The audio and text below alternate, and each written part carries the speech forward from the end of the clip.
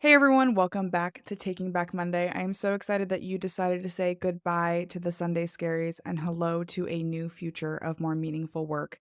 And I'm even more excited to introduce you to my new friend, JP. JP, welcome to the show. Thank you. Thanks for having me. This is an amazing experience. I'm looking forward to see what we're going to jump into today. Yeah, I was reading through your bio and you have a really broad depth of experience. But I want to go all the way back to the beginning. Tell us your origin story. Oh wow. Let's see. We've only got a half hour here, but I'll start really quick. So I was always that kid in school, when you had to sell things to win a prize, and I think we're all familiar with selling candies or whatnot. But I was the kid that ended up selling seeds door to door. Now imagine being in being in the suburbs of LA and trying to convince people to grow flowers and to grow vegetables. But for me, the point was I want to win that prize in the catalog. So you're gonna buy this stuff. So I found myself selling um seeds door to door, chocolate, even so jewelry. And I was a paper boy at one point. So I say all that to say at some point, I think I figured out that sales and customer experience may be somewhere in my future. Even worked at an ice cream shop. You may have heard of them. I won't give you the exact name, but let's just say the ice cream shop is designated by numbers, and most people know what they are. And yeah, anyway, that was a lot of fun. But I would say my first, like, quote unquote job in corporate world, I was an outbound telemarketer. So I will preface this by saying, I apologize to any of your listeners out there who I may have interrupted with my pitch. But I tell you why that job was so foundational to my career. Outbound telemarketing is very hard, just like door to door sales. Um, but one of the things that I understood early on is that the importance of understanding your product. Because if you know your product and like product knowledge inside and out, first of all, it makes you extremely comfortable and it makes you confident so that you have a number of things that you can rely on or draw from to say, well, why should a person purchase your product? And more importantly, you build that credibility. So that was really important for me throughout my career, particularly reminding my teams the importance of know your product, know what you're selling, because then, as we all know in sales, people ultimately buy from you, and they're going to buy from you if they feel like you're a credible source. So I think that was, from an origin story perspective, I think that more than anything kind of helped me get my initial footing, just starting off that particular piece. Now, obviously, I've progressed throughout my career into various roles throughout telecom and travel and up through the SVP level. I think there's another story though I want to share around origin that I think really helped me crystallize my attitudes around the employee experience. So we're gonna fast forward. I'm early career, maybe. I'm a handful of years into being a sales supervisor and running an outbound telemarketing team. One day they come to me and say, "Hey, we want to merge your outbound team with an inbound team." I said, "Well, that's cool because I already know outbound people could sell. So you telling me the phone's just going to ring? All we got to do is answer it. Boom, slam dunk." So we undertook this endeavor. And I think we had at the time about 200 people where we're going to do this grand experiment. We're going to merge our inbound and outbound teams. And I thought it would be easy peasy. I can't tell you the first 2 months into it, it was, shall we say, a challenge.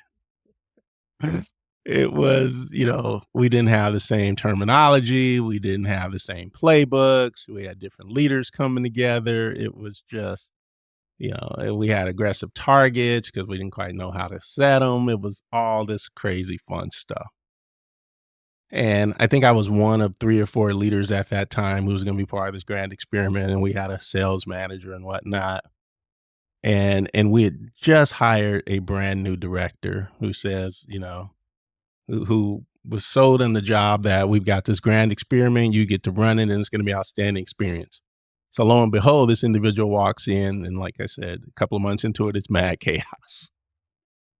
And so she said, we're gonna have a town hall. We're gonna bring people, we're gonna take people off site. And we're gonna find out what they're thinking. We just want to get a sense of where people are. So we go to this hotel. We've got everyone in a ballroom. As again, I'm a fairly new leader, 5, 6 years on the job. I'm feeling pretty good.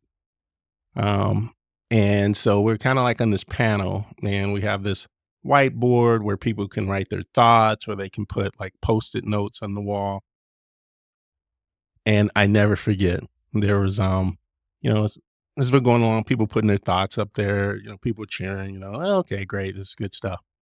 It was one agent, um, I don't want to say he was a rabble rouser, but let's just say he had the ear of his peers. And he walked up to the board, and in very big letters, he wrote union. And the crowd went nuts. And then from there, the meeting devolved into everything that was wrong in the organization and wrong in the culture.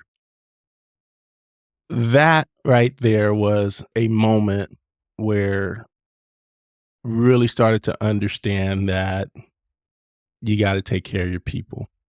So I'll fast forward just real quick because I know you have a few questions. But the new director, I remember her bringing us in after that meeting, and it wasn't in a threatening tone, but what she said was, "Your number one job is you need to start kissing the you know what of those people out there because we need them way more than we need you." Now, it wasn't a sense that we were going to get fired.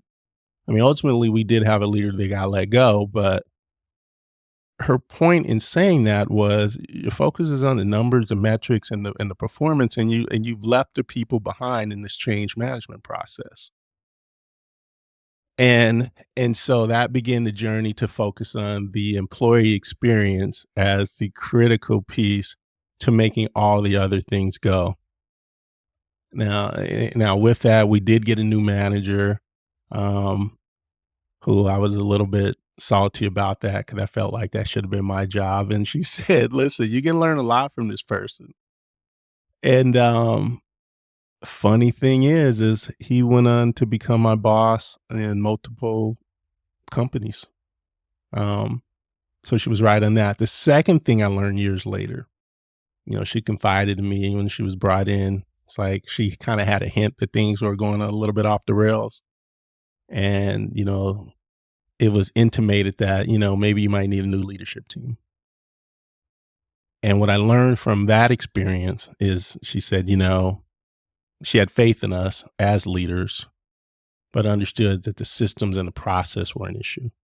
And I think sometimes in the course of us leading organizations, we get so focused on the people part of the business in terms of this cult of personality, and we forget that people need the right framework and the right environment in order to succeed. And she identified that and hence gave us a chance to kind of work through the issues. So long and short of it is we went through this ragtag band of people in the first 60 days of, oh my goodness, this isn't going to work, to within a year we were best in class. And so, I have read a lot of books. I've gone through a lot of different experiences. And I said, knowing your product's important, having a business strategy, being enthusiastic is critical. But at the end of the day, create that environment for your people and they will thrive. So that's my origin story on how did I get to the point of CX begins with EX. Yeah, I love that. And there's so many lessons learned that, you maybe had to learn the hard way, right, in that experience, but benefiting from that 2020 hindsight, hmm if you're a leader and you are trying to avoid all of that, what is the one thing you would do first for your team? I think there's a couple of things. I think one, it goes without saying, having the right people on the bus is important, but that comes from you understanding who your people are, like much as my leader did, and saying, what are their core strengths? Each of us brings a little something different to the table. Some of us are very technical. I had one colleague who was very, very technical and by the books.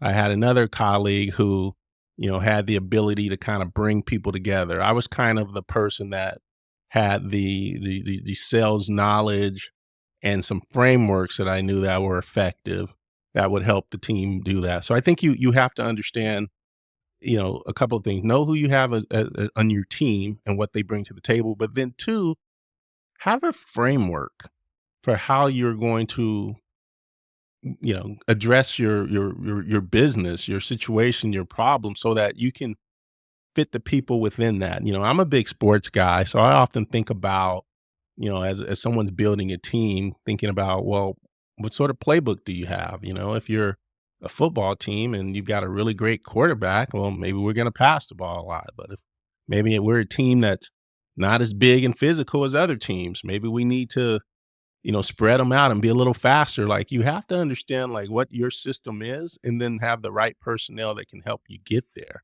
And so I think that that's an incredible piece. But, I can't underscore the importance of sometimes when things go south, and this is the hardest thing, it isn't always the people. Conversely, when things go well, it isn't always the people either. So we've got to have that understanding that, yes, you have to know your people, you have to drive the right experience, but have some sort of framework to help get you there. Those things matter as well.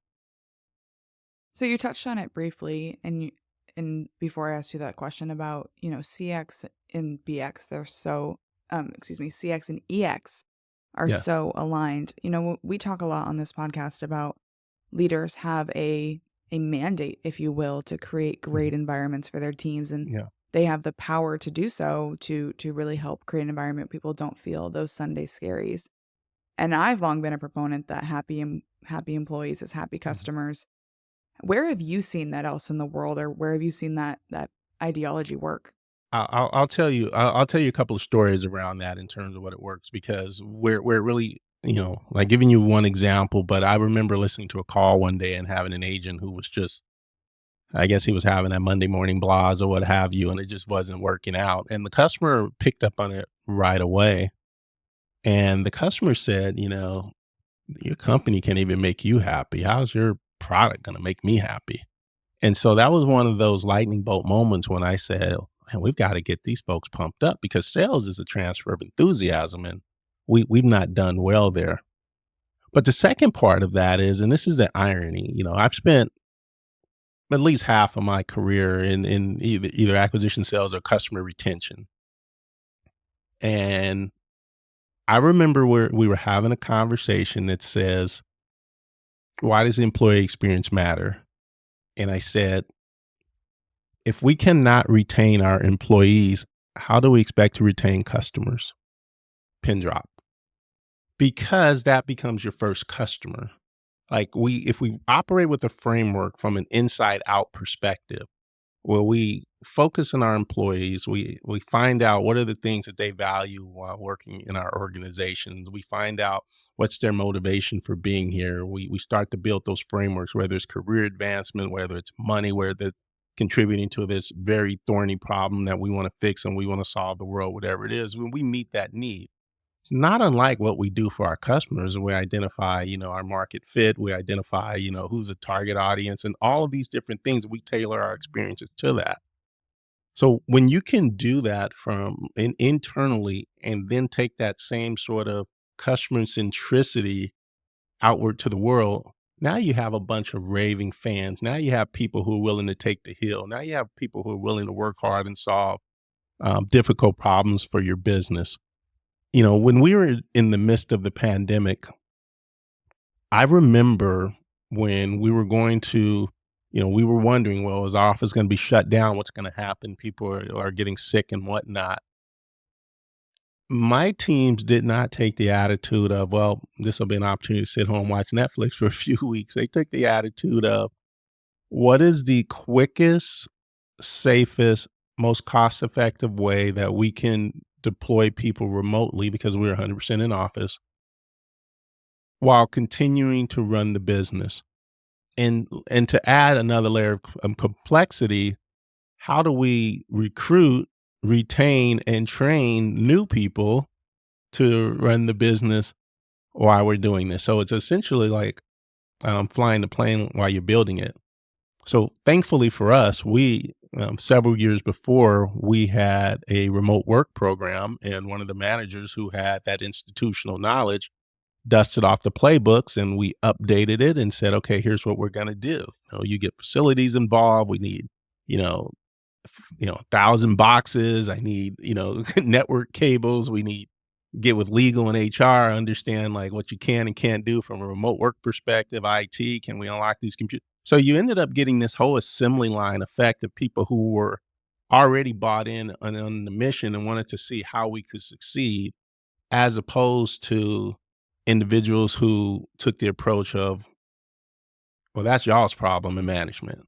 And so that for me was important because if every day you're making deposits into your employee emotional bank account, you have this reserve and a surplus, and you never know when you're going to have these black swan events. I mean, obviously, like, hopefully, we never have to deal with the pandemic again. But whatever business challenge that it is, you'll have people who, because of goodwill you've built up and the environment that you created, are going to be willing to take that hill, who are going to be willing to figure out how can we, as opposed to it's never worked, it's never been successful, why do I have to do it, and so forth. And so those are those little lessons along the way. And I've even asked my peers since then, like, what have you learned from the pandemic? Because I think there was a lot of leadership lessons there. And it's not to necessarily pat myself on the back, but I think about it from a standpoint of, that I looked through all my training documents and I looked through all my leadership manuals, and I said, I didn't see pandemic in there. And so you really have to rise to the occasion. I agree with so much of what you said, and I think businesses are still learning and reeling from the pandemic. I mean, we see all of these articles about return to office mandates and how companies are handling it differently and using that as a strategic advantage in keeping and retaining in their employees, and whatever side you fall on in office versus remote. It says a lot about a company, about the way they handle that transition and that announcement, regardless of what the decision is to where they're Yeah. going. No, I couldn't agree more. It was very challenging from a standpoint of, for two reasons. One, obviously you have a number of individuals who would like remote work. They like the flexibility that's involved. We had individuals who were driving quite a ways to get into the office. And so that gave them that flexibility. They understood they still needed to work. But I think what it does is it gave them agency and control over their work, if you will, and being able to do that at home. But the second piece of that too, because we did have some individuals still in the office, it isn't for everyone. Some individuals crave that interaction. Sometimes they crave the coffee that's in the break room because it's just better than the coffee they have at home. I mean, yeah, and you have to understand you have all types of those folks. Like we need all of those personality types in order to run the business. It isn't a one size fits all approach, which goes back to the employee experience, which equates to the customer experience. For some individuals, if I want to work 2 or 3 days in the office, I want that flexibility. If others, if I want to be 100% remote, I can do that. In other words, using that as a customer experience example, we're going to meet you where you are, because our end goal is to ensure that we have that we meet the customer's needs, that we continue to sell the product, that we continue to retain our business, all of those different things. These are just mechanisms that are going to allow us to facilitate that process, but the mission has not changed. And so I think that's, as a leader, is where you have to get flexible and figure out how do you thread that, because they aren't always going to be pleasant conversations. There are going to be individuals who, unfortunately, it doesn't work out for them. But what you're trying to do is address the many, if you will, so that, as the saying goes, we continue to be a viable concern moving forward. Absolutely. And I think there is a difference in addressing, and for employees and for customers, addressing employee slash customer needs versus wants. Because That's right. I've had the experience of, like, I work from home. I've been from home since the That's right. pandemic. I think I would have a hard time going back. But I also have seen, like, these fresh out of school graduates who start in a remote job, and I think that they miss out on that opportunity to learn by osmosis where, someone shouts a question across the bullpen and you didn't ask the question, you didn't even think to ask the question, but you still heard the answer and you absorb that information whether you realized it or not. And so I think that sometimes you might not want to work in the office, but it might be what is best for you. Or you might not want a certain thing as a customer, but what you really need and like A- really driving forward of what you need versus necessarily what you think you want. Absolutely. And I think that's where the collaboration is important. I think that's where you have to get creative and say, if it's going to be that one day a week, or it's going to be that those 2 days a month where we're going to cater lunch, we're going to bring you on site, and we're going to talk about some of these things that we need to solve for a business. So those are just practical matters as a leader. But I think, you know, some of those ideas are born out of soliciting input from your quote unquote customers, and then taking action on it. And that's another thing that, when I think about how do you drive that right experience and that right type of engagement is, we ask our customers, whether you're using Qualtrics or Medallia or any of these tools out there to gather voice of the customer insight. And then same thing with employees. We have employee surveys. We get information from, maybe once a quarter, we put the stick in the water. We want to find out what people are thinking. We gather information from exit surveys and talk about, what did they like, they didn't like.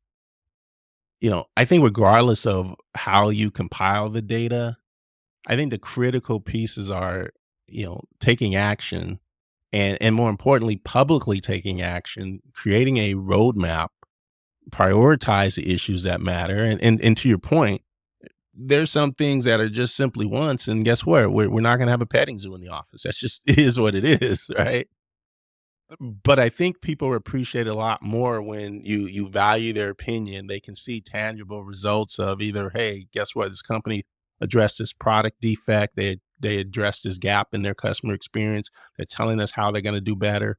Sometimes it's just an acknowledgement of, hey, we've fallen short, and I can think of companies that had some issues in holiday season years back, that didn't quite get the packages to people on time, and their decision was to um, pivot away from subcontractors to owning the entire experience so that that didn't happen again. But those are examples of we've gotten the feedback, we've seen a business problem, and we're going to take action, and we're going to tell you what we've done. I mean, I could think about things where we've had roundtables and focus groups where, we published the updates and said, hey, here's what the main takeaways were, and then give you an idea of when we're going to address some of those issues. And so much so that I remember at the end of the year, we had a huge poster, several posters made that essentially said, you asked, we delivered, with the dates and the timeline. So now you post that and say, here are tangible, here are tangible results that have occurred from your feedback that not only made your experience better, but these were things that were going to make the customer's experience better. Because if it's difficult for you to execute as an employee, it's also difficult for you to execute for our customers. If a confirmation email isn't clear, or we send too many emails or SMS didn't function the way it needed to. All of these different things that you told us that we needed to address, we did those things. And so that's where I think the power of the voice of the customer comes in, when you can actually talk about, we're listening. Because otherwise, and particularly I've seen this with employee surveys, is that, why some of your participation rates are low is because just don't see anything happening with it. Like, and I think that also we see that with customers. It's like, well, big bad corporation, are they going to do anything? And so when you're responsive like that, then I think that's when you start to get those better outcomes, which I think there's also a reason why you tend to see these very public responses happen in social media, because of some of the more traditional back channels don't necessarily get that visibility or that speed to responding. Yeah, I saw a stat just yesterday actually that was something like 80% of people say they don't respond to surveys because it's a waste of their time. It's not going to change anything. And the idea that that's the perception, whether or not that's the reality of what the leadership is trying to do, but the perception that if I fill out a survey, at best nothing happens, and at worst I'm now a target because I spoke up. Well, absolutely. Employees feel that the same way. I can tell you, I'm and I talk with a lot of generalities around these companies for legal reasons, but I'm a customer of an airline, and I'm at their highest status, and I'll go online, or I'll go through the regular portals and talk about my experiences, and I can tell you that I've gotten a number of times where it said, "Thank you for your feedback, and we'll take it as a coaching opportunity." Coaching opportunity is not going to help me. I've been quote unquote injured by this experience, what I want to understand is not about what you're going to do moving forward. I want to know how you address the situation at hand. Then we can talk about moving forward. And I think that's what, and we see it in different places. Like, don't tell me what you're going to do. Don't tell me about the glorious future. All right. Tell me like, thank you, we got it. I'm gonna fix it right now. You can see we're gonna own it and then we'll move forward because ultimately, when I think back to my time in travel, we saw situations where your NPS was actually higher when you had an issue and addressed it than customers that had no issues. So people will give you grace if they see that you're taking action. Yeah, it's funny that you mentioned NPS. I work for a research company and we did an employee survey, like a third party survey for a regional bank, and they had a new CEO come in, and her mandate was basically like, we're not meeting our full potential. You're gonna have to help us meet our full potential. And controversially, the first thing she did was an employee experience survey, and everyone thought that was kind of crazy. But the interesting thing is that one of the questions we asked was, how likely would you be to recommend your friend or family work at this place? And it was like 100% of managers said no. And that was really shocking for her. Again, that's the experience that you provide. I mean, one of the things I found effective is that, that was one of our number one sources of talent or referrals. People who said, "Listen, I know the good, the bad, and the ugly, right? And but I would still recommend friends and family to work there." So when you're seeing a referral rates, and it differs by benchmarks, but I say, you get almost half of your employees or people are referred. Some will say, "Well, that's a blessing and a curse." I say, "Well, one, people tend to work at places where they have friends, great experience, and things like that. But it really speaks volumes about the type of place it is. And so I think those things help. But when people are saying, you know what, not only would I not recommend anyone, but what they didn't say is the quiet part out loud that, and I'm thinking about going someplace else. And so we need to be able to read between the lines with those sort of items as well and address those because it costs a tremendous amount of money to retrain. So first of all, source, hire, and replace an employee. Same thing we see with customers. It's anywhere from 5x to 25x to replace a customer that you lose. So you start to see again a lot of these parallels between your employee experience and your customer experience. Those things become intertwined, and I'm going to continue to beat that drum because again, I've seen it monetarily. I've seen it show up in so many different parts of the business, and again, that has informed my leadership style. Take care of the folks, and they'll take care of the customers, or at the very least, if you're in a back office or support role, take care of the folks who are taking care of the folks who take care of the customers. I mean, and that becomes the best customer experience that you can offer. Yeah. And the good news story is she came in, she fixed it. And then she is now like, she's been there for 6 or 7 years now. It's like 10x growth every year because she went and fixed what she believed was the root problem, which was the employee experience. Absolutely. When you have people beating down the door to want to work there, and you have employees who are like, "I'm be about this," and guess what? When I'm on the phone with customers, we talk about this, and customers can hear it in my voice, and they get excited, and they're like, "My goodness, this is amazing. You're going to take care of me the way they're taking care of you." Like that's that virtuous flywheel effect that we talk about. And we've all read the articles about those sort of companies, and we may have been in our office going, "Man, what did they do that's so different?" I'm like, well, it's that one little thing. You got to start with that. You start with that whole focus. Like our decisions are driven by our customers and their needs and wants, and we look at it through the lens of NPS, CSAT, revenue growth, conversion, all of these different things that we can point to it and say, this is how it's moved the needle. So it isn't just this nebulous, oh, I think, I guess, I feel, but it has very measurable results. I mean, you can pull up any Harvard Business Review article or anything like that, and it'll tell you, like, you know, it's this stuff works. But again, it's not easy and it's not a quick fix. Absolutely not. Definitely not easy and absolutely not a quick fix. So, JP, we have a couple of questions we ask everyone at the Yep. end of our conversation. Number Mm, one, considering all of the people that you've had a chance to meet or that you admire, that you learn from? Who Yeah. is really taking back Monday? Else should we be talking to? There's a couple of folks that come to mind. Are we allowed to say their names or what have you? But Oh, yeah, put him on the hot you know, seat. We love it. it's funny. I have one coworker. His name is Alec. I'll just give his first name, but he started out with us years ago as he was an admin. This was a temporary admin. And he's in our sales meetings, and for good, bad, or otherwise, he always had something to add or something to say.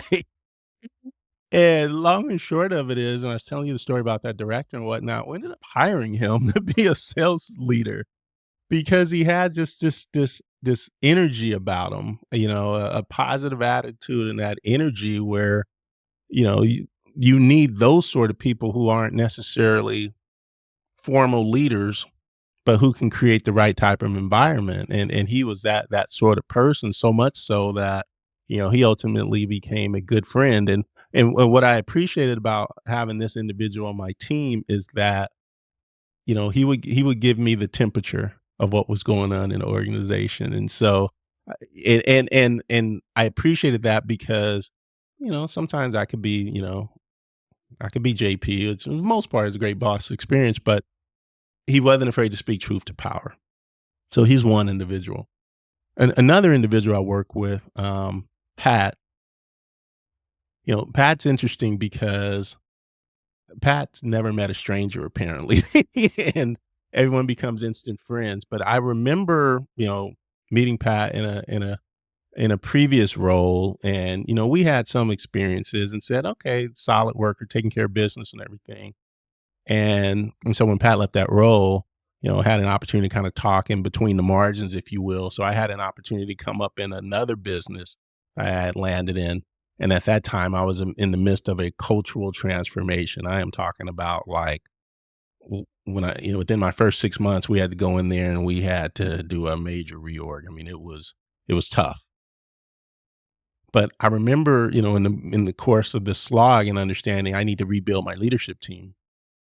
And I remember bringing Pat in, and Pat, spent a little time here and said, JP, this just isn't you. Like, and Pat could immediately sense that something was little different. And so Pat ended up getting on the team and, he used to always tell me the phrase pace and cadence and says, when you're in the midst of change management, the pace, but the consistency and check in on people. And we ultimately got things on track. And but when Pat told me that, hey, this isn't you, I said, yeah, that's why I brought you in, because you understand what great can be, but more importantly, you know how to rally the troops. And what I appreciate about both of these individuals is they're what I call, in sports we would call them glue people, meaning that they know how to bring people together. They understand the cultural, emotional, they like very high EQ individuals who can understand that, listen, the challenges that you're running into aren't market driven, they aren't technical driven, they aren't product driven, they're people driven. And you need to kind of understand where people are, because you're moving 100 miles an hour and you're leaving people behind. And so I really appreciated those individuals for two reasons. One, having the great ability to sense the temperature in the room. But number two, not being afraid to speak truth to power, to say, hey, we've got to think about a different way of doing this, in a non-confrontational manner, because not everyone approaches it in the manner that they need to. So those are two individuals that in my career, I think were, yeah, they were, I think they've really helped balance me. I love that. And if someone is really connecting with you, they want to learn more or just have a chat with you, where can they find you online? Basically the best place to find me is on LinkedIn. If you think about what the LinkedIn address looks like, www.linkedin.com/IM/JP Dumas 1. So you'll see my name reflected as Jean-Pierre with JP in parentheses, Dumas. And then also, you can be a part of this great community. I post pretty regularly. You'll see some information from CX and growth strategies. I said that's a venture that we're putting together to really help companies elevate their sales performance, their revenue growth, and more importantly, drive their employee engagement. but LinkedIn's the best way to get a hold of me. And so I look forward to hearing from some of your listeners and really have enjoyed, kind of a walk through the park pretty quickly of some of the things I've done in my career, but more importantly, what my leadership philosophy and style is. Awesome. Well, thank you for taking back Monday with me. We're going to take back all the money. We're going to take all the days. How We'll about take all that? the days back, not just Monday.